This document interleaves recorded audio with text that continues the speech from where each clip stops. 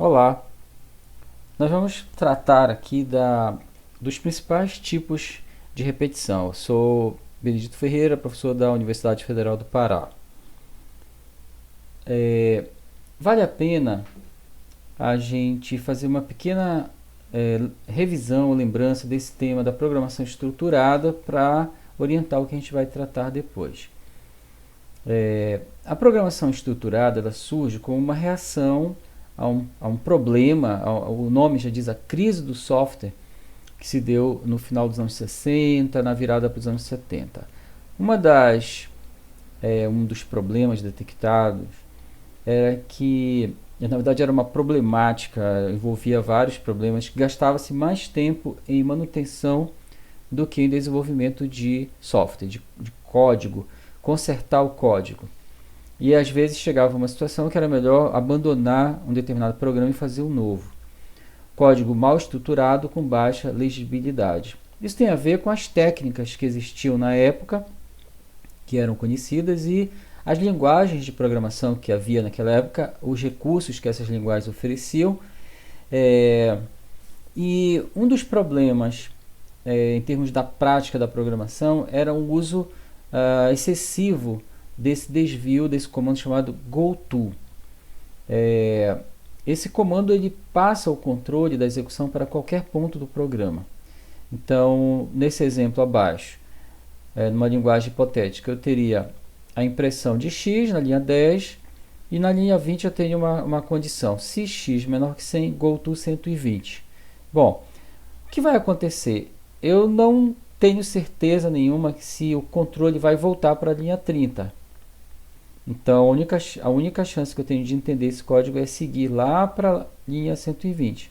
Só que de lá, é possível que tenha na linha 120 ou 130 um outro goto que vá para a linha 250. Então, isso pode levar a um código difícil de rastrear, de compreender. Né? Ele realmente, a sequência não diz muita coisa nesse momento, já que a sequência pode ser a qualquer momento quebrada. A mesma coisa se diga para uma repetição, uma decisão, pode haver uma quebra daquela estrutura com o comando goto. Alguns princípios da programação estruturada. Se buscava alto grau de legibilidade do código para tentar resolver então aqueles problemas, né? Com a adoção de nomes de variáveis significativos, comentários, toda uma documentação do código, estruturas mais claras possíveis, etc. Paralelamente, se desenvolve o que se chama de programação modular, a subdivisão do código em módulos, que são subprogramas, então, que vão resolver então subproblemas, uso de parâmetros, variáveis locais, etc. Então, a ideia fundamental é dividir para conquistar. Se eu tenho um problema muito complexo, eu posso dividir em subproblemas e fazer uma decomposição até chegar em problemas simples de serem entendidos e implementada, e cuja solução será implementada mais facilmente também. E a questão da manutenção também, que é uma questão fundamental, como a gente viu lá, ela vai ser melhor tratada, porque é mais fácil de entender o código. Então, a proposta é a abolição desse comando goto, ou seja, o fim daqueles pulos ou redirecionamentos arbitrários do controle da execução. E, consequentemente, o uso exclusivo de 3 estruturas básicas de controle do fluxo de execução: a sequência, a decisão e a repetição. Bem, são estruturas bastante conhecidas. Aliás, esse material aqui pressupõe já algum conhecimento de programação, não é uma abordagem introdutória para o assunto repetição. Né? Isso aí requer outro tipo de discussão. A sequência é o fundamento da programação imperativa, faz o comando 1, depois o comando 2, depois o comando 3. Né? Na seleção já eu tenho alternativas, existem muitos casos que eu vou precisar, toda linguagem precisa disso. Se acontecer essa condição, então vai fazer o comando do ramo verdadeiro e, caso ela seja falsa, vai para o outro lado esquerdo, e executa aquele outro comando. Né? E a repetição é uma estrutura que cria um ciclo de execução. Eu vou ficar executando este bloco enquanto a condição for verdadeira. Verdadeira entra, falso sai. Então é uma estrutura que existe em qualquer linguagem que seja minimamente baseada no paradigma imperativo, exceção linguagens lógicas e funcionais que você tem que tratar isso de uma outra maneira, mas as linguagens em geral vão ter pelo menos uma estrutura while. Então, um princípio fundamental, toda estrutura ou bloco deve ter uma única entrada e uma única saída. Então não se deve admitir, por exemplo, aqui na repetição, que eu aqui no meio deste bloco tenha, por exemplo, um goto que vá para qualquer lugar, linha 540, sei lá. Então, isso seria uma burla, seria assim, desobedecer esta regra fundamental, que a estrutura tem que ter uma entrada, entrou por aqui, deve sair por aqui. É importante observar que foram mantidas nas linguagens mais atuais desvios de pequeno alcance, como break e contínuo. A gente vai usar nos exemplos mais para frente. Estes, empregados criteriosamente, não prejudicam o código. Ao contrário, podem torná-lo mais claro, evitando, por exemplo, condições compostas e outras coisas. Então, o que é importante é o princípio da legibilidade, da clareza do código, e não uma proibição, né? Mas, enfim, o goto em si realmente é um uso que foi praticamente extinto. Bem, então, feitas essas considerações, vamos ver algumas modalidades de repetição. Uma repetição muito comum é aquela onde o número de repetições é conhecido, né? Então, aqui um código Python, a gente importa a biblioteca e matemática, math, e i recebe 1, enquanto i menor ou igual a 5, então faça esses 4 comandos que estão indentados, né? Essa indentação ela vai mostrar que tem uma estrutura aí.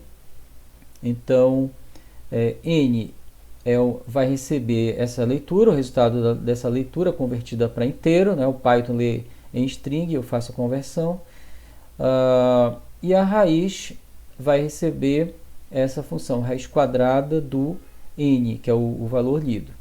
Imprime a raiz quadrada igual a raiz. Bem, e aí eu tenho necessariamente que incrementar esse i, senão vai ficar um loop infinito, né? Enquanto i menor ou igual a 5, o i está valendo 1, então ele tem que passar para 2, para 3, para 4, 5, 6 ele sai, já não atende mais aquela condição. Então, nós teríamos um modelo, i igual a 1, i recebe 1, enquanto i menor ou igual a x, então isso vai levar a x repetições de um bloco, comando 1, comando 2, comando n, mas ao final sempre fazendo explicitamente esse incremento da variável i. Então isso é uma forma muito conhecida, bastante usada de repetição. Esse aqui seria o fluxograma, inicialização do i antes do laço, antes de entrar, e no laço o teste i menor ou igual a x, sempre incrementando no final do bloco, ou em alguma posição lá possível, a variável de controle, que é a variável i. Bem, mas boa parte das linguagens, a maioria, traz também uma forma mais direta, uma estrutura mais direta de repetição, que é o for, muito conhecido, para ir variando de 1 a tanto, enfim. For, para ir na faixa T5, de 0 a 5, n, os 3 comandos vão ser executados. N recebe a entrada do número, raiz recebe a raiz quadrada e esse valor será impresso. Um comentário aqui sobre essa range, essa faixa, né? Colocar range 5 é a mesma coisa do que range 0,5. Tá? Então, omitindo o primeiro parâmetro, se assume o 0, ou seja, por default, não se falando nada, o primeiro elemento é o 0. Range 1 a 5 vai de 1 até 4. Eu sempre tenho que fazer a subtração. 5 menos 1, 4. Então, são 4 elementos nessa faixa. 5 a 10, subtração, 10 menos 5, então vai de 5 até 9. 5, 6, 7, 8, 9 são 5 elementos, 10 menos 5. Então, genericamente, range x, y, inicia em x e vai ter os elementos. Quantos elementos tem nessa faixa? É só fazer a conta y menos x. É necessário ainda mais um comentário, um último comentário sobre o range, que essa condição deve se verificar, x maior que y. Se eu colocar um elemento menor, não vai haver nenhuma execução no caso aí do for. É uma faixa que fica vazia. Se eu quiser sair da 5, 4, 3, 2, 1, por exemplo, em vez de usar uma faixa, eu faria como no exemplo abaixo. Para ir, existem muitas maneiras de resolver isso, né? Para ir na faixa de 0 a 5, ou seja, 0, 1, 2, 3, 4, eu faço print 5 menos i. 5 menos 0, então 5, 5 menos 1, 4, 3, 2, 1. Aliás, mais um comentário ainda do range, que por default, ou seja, não se dizendo nada, essa é uma expressão do francês, né? Não se explicitando, ou seja, na falta, se assume um determinado valor padrão. Por default, produz um incremento de 1. Porém, é possível inserir um terceiro argumento, como no exemplo abaixo, para ir na faixa de i a 8 com passo 2, com step, incremento 2, print i. Então, 1, 3, 5, 7.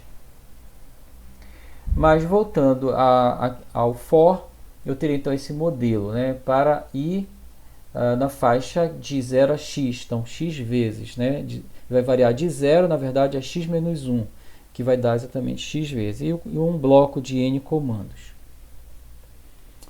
Bem, um outro exemplo, é a mesma estrutura, eu quero reajustar salários de vários, no caso aí de 5 funcionários, e depois dizer a soma, informar o gasto total com os salários já reajustados.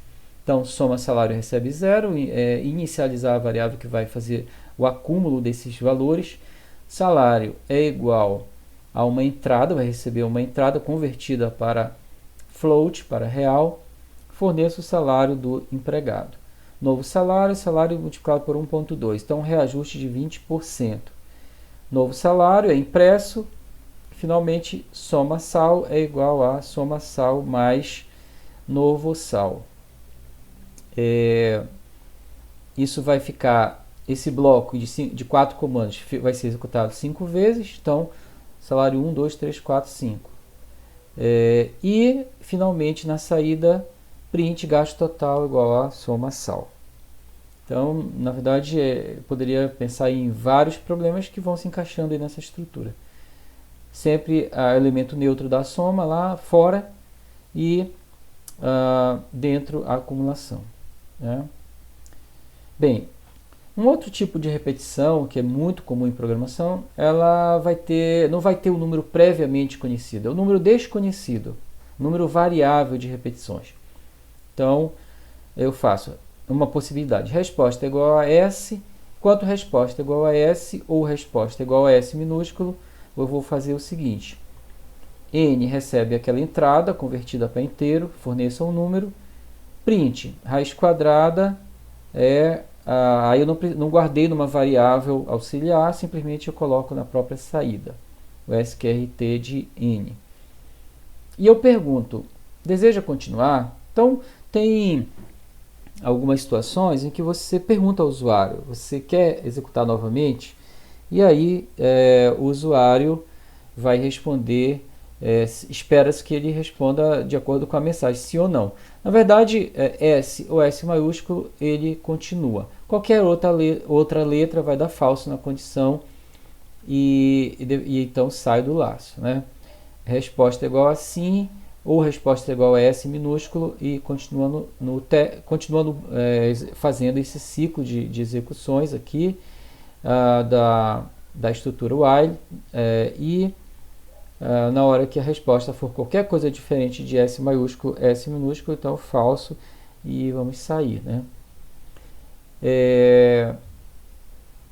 Uma outra situação também diferente, que pode dar um padrão para um conjunto de problemas, é quando eu não pergunto nada se ele quer continuar ou não. Simplesmente eu faço eu vou arbitrar um determinado valor no caso, eu escolhi -1 para encerrar, eu informo para o usuário. Quando você não tiver mais dados para fornecer, forneça -1. Poderíamos chamar isso uma sinalização de encerramento. Esse valor aí fica mais ágil. Em vez de toda hora ele ficar respondendo sim ou não, já vai só inserindo um novo valor. Então, forneça um número. Veja que nós estamos fazendo a leitura antes do laço. E aí, enquanto n diferente de -1, eu vou ter dois comandos. Print raiz quadrada, que vai ser calculada ali dentro, né? A função fica dentro da função print. E n é igual a, novamente, uma entrada. Float, converte para float, a entrada forneça um número. Então, essa estrutura, agora só adicionando comentários, ela tem sempre essa forma. Primeira leitura, ela fica fora do laço, antes. E dentro do laço, ao entrar, o primeiro comando é um comando que já vai para o cálculo imediatamente, porque eu acabei de ler, quando eu entrar aqui a primeira vez, eu acabei de ler a entrada, a primeira entrada. E então eu já vou direto calcular. E aí as leituras subsequentes vão ficar sempre ao final do bloco. Forneça um número e aí será convertido então para reais, né? A ideia é essa aqui. Se eu tenho o n com valores 83, 31, etc, etc, o -1 não faz parte, né? Até porque não existe raiz quadrada de número negativo. Então quando eu digitar -1 é o momento de sair. Então eu tenho o input. Essa estrutura, quando vista pela primeira vez, ela aparentemente é estranha, porque ela tem duas leituras, uma fora, uma dentro, e a leitura dentro do bloco fica no final do bloco. Mas quando a gente se familiariza com essa estrutura, ela é muito natural, ela funciona bem, ela garante a entrada. Eu não preciso, ao entrar no laço, não preciso colocar um valor para forçar aquela entrada, como a gente vai ver um exemplo mais na frente. Aqui ela simplesmente faz uma leitura antes e as leituras subsequentes no final do bloco. É uma solução, digamos assim, tradicional, uma solução clássica que funciona muito bem. Observação: o valor que será usado para indicar fim dos dados deve ser um valor que nunca aparecerá no conjunto de dados válidos a serem processados. Então, por exemplo, -1 ou 0 somente se todos os dados são sempre positivos. Então, idade, eu poderia usar -1, sei lá. Então, tem que pensar outros valores. Algumas vezes você tem dificuldade para saber um valor que fique fora da massa de dados. Então, enfim, eu tenho que escolher um valor, por exemplo, -9999, um valor bem alto ou muito, muito baixo, enfim, que eu tenho certeza que não vai ser um valor válido na massa de dados, né, que o usuário vai digitar. Um outro exemplo: receber repetidamente uma sequência de inteiros que será finalizada com 0. O 0, então, é a sinalização, não é um valor mais de dado de entrada.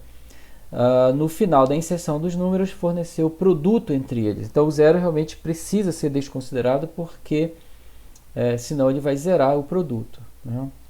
Então, vamos ver uma solução que eu estou chamando aí de mais estruturada, por ser mais tradicional, mais de acordo com aquelas regras lá da programação estruturada, que usar uma estrutura com uma entrada e uma saída. Então, produto recebe 1, que é o elemento neutro da multiplicação, então eu tenho que inicializar.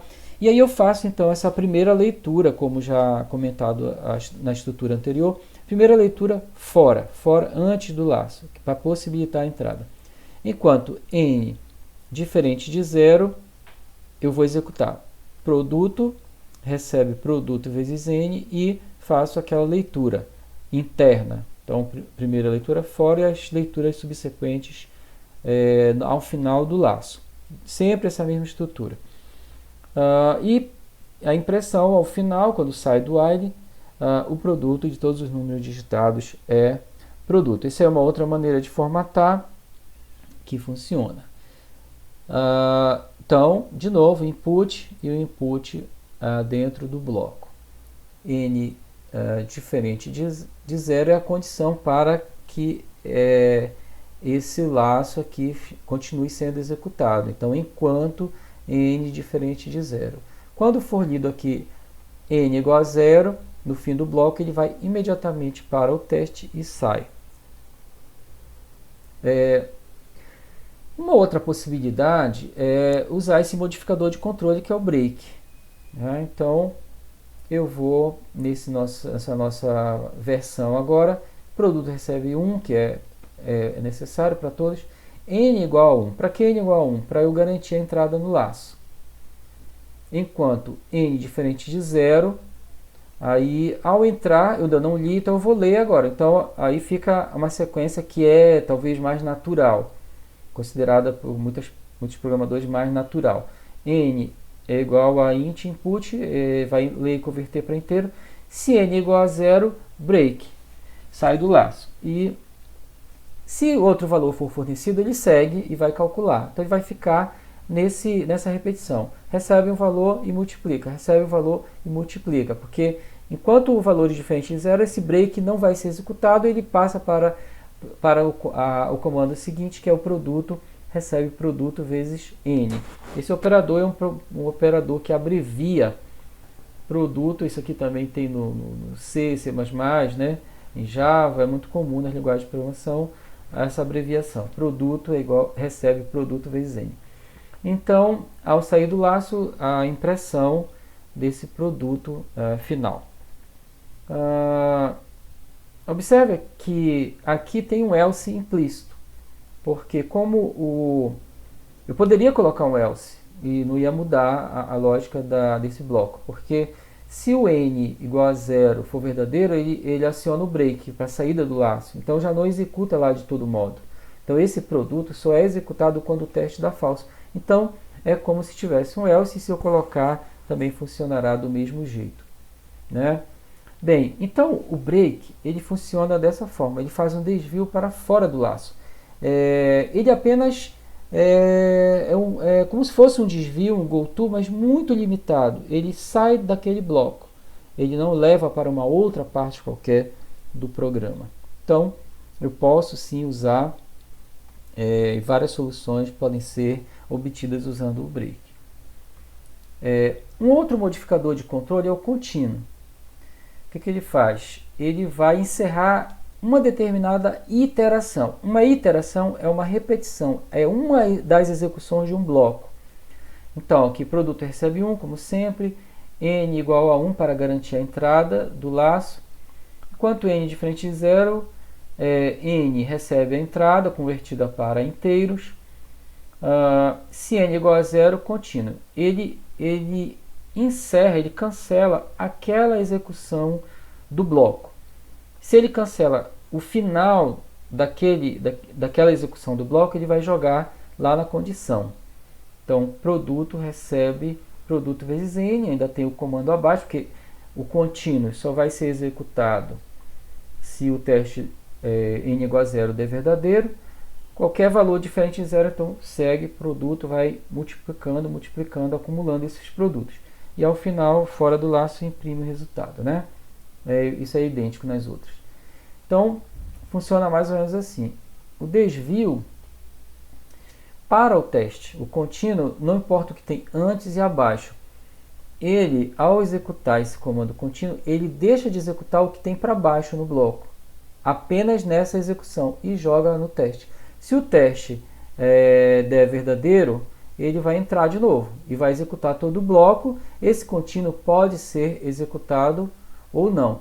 Mas no nosso caso, na nossa lógica de programação, voltando aqui, como esse teste aqui, n igual a 0, ele vai jogar lá para o teste, vai funcionar tanto quanto o break, porque essa é exatamente a condição que vai estar aguardando lá na hora que ele cancela, deixa de fazer aqueles comandos e desvia para cá. Então, n diferente de 0, não. Então, já sai.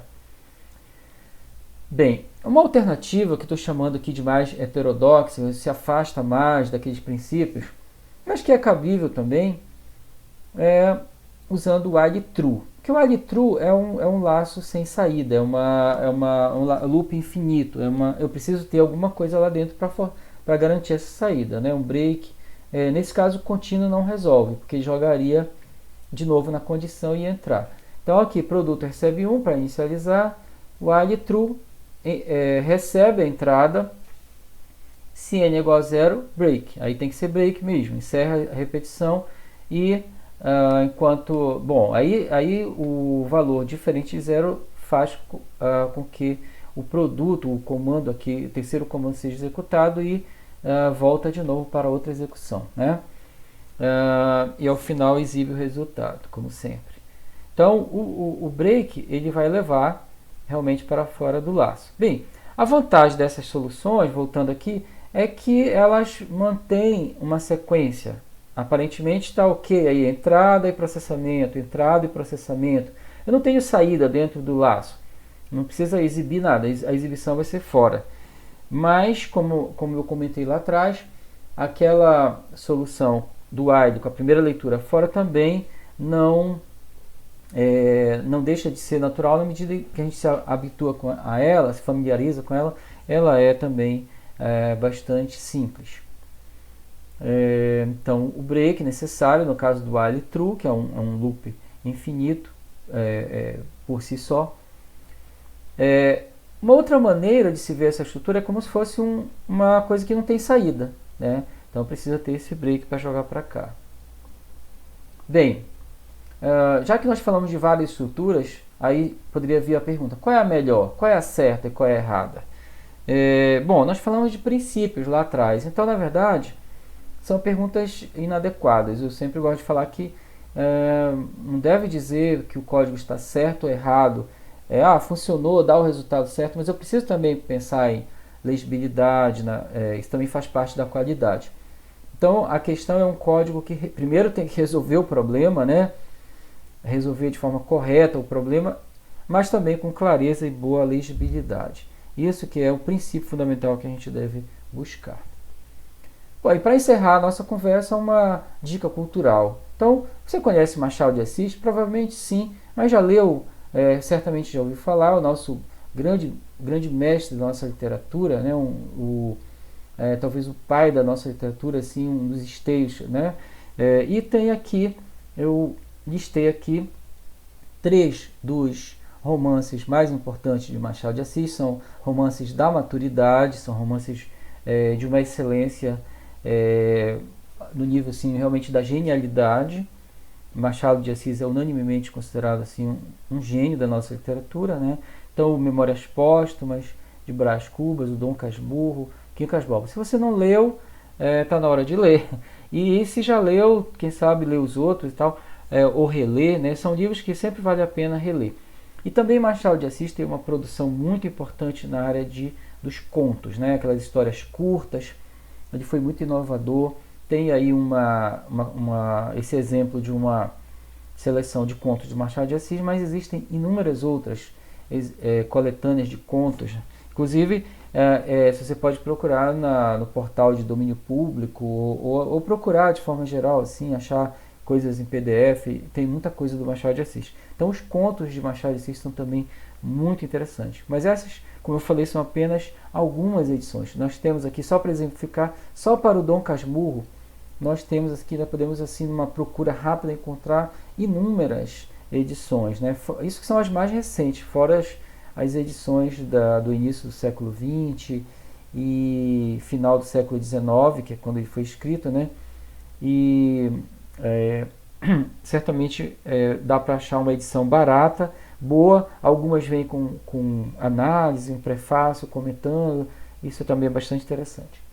E finalmente dizer que este vídeo aqui foi todo desenvolvido com software livre. A apresentação de slides foi feita no OpenOffice e tudo rodou aqui no Ubuntu 20.04. Ok, tchau, até a próxima.